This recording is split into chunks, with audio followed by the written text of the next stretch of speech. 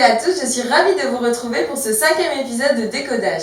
Aujourd'hui, j'ai le plaisir d'accueillir Tancred Payen de la Garandrie, conseiller expertise et accompagnateur des créateurs d'entreprises au sein du cabinet Copilote Expert Comptable. Bienvenue à toi Tancred.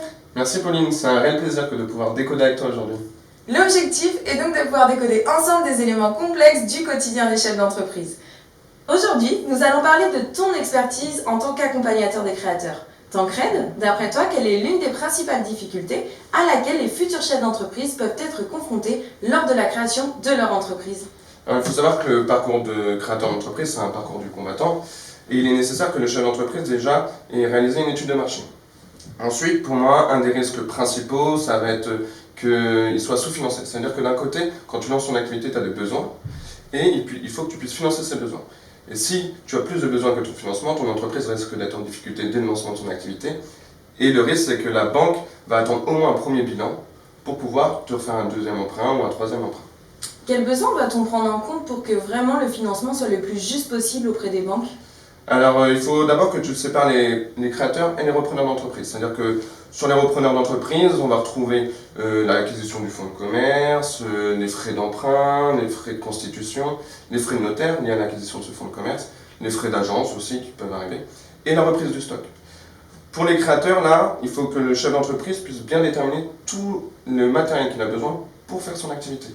Ensuite, on va retrouver les frais de constitution, les frais d'emprunt, les frais de courtier s'il fait appel à un courtier. Et il faut aussi qu'il prévoie son stock. C'est-à-dire que si tu veux, en fonction de l'activité que tu vas faire, par exemple si Pauline, demain, tu ouvres un magasin de vêtements, tu vas devoir acheter ton stock de vêtements que tu vas ensuite revendre à tes clients. Que si, admettons, tu fais du diagnostic RH, comme je dis ça par hasard, eh ben, tu vas pas avoir besoin de stock, mais par contre, tu vas avoir un délai pour que tes clients te payent. Donc tu pourrais mettre en place un système d'acompte, par exemple.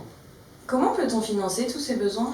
Alors d'abord, il y a l'apport personnel du chef d'entreprise. Ça, c'est nécessaire. Il faut au moins qu'il soit de 10 à 30%. Sinon, la banque ne risque pas de suivre. Après, tu vas avoir le prêt bancaire traditionnel. Tu vas être de 5 ans pour du matériel et 7 ans pour des achats de fonds de commerce. Et tu peux avoir un prêt relais TVA. C'est-à-dire que lors de ton investissement, tu as de la TVA que tu vas payer sur ton investissement. La banque te prête cette TVA-là et tu les rembourses quand les impôts t'auront remboursé la TVA. Et puis, on peut faire appel aussi à du crédit bail. C'est quelque chose qu'on peut faire sur une partie du matériel. Parce que le crédit bail ne rentre pas dans ton taux d'endettement.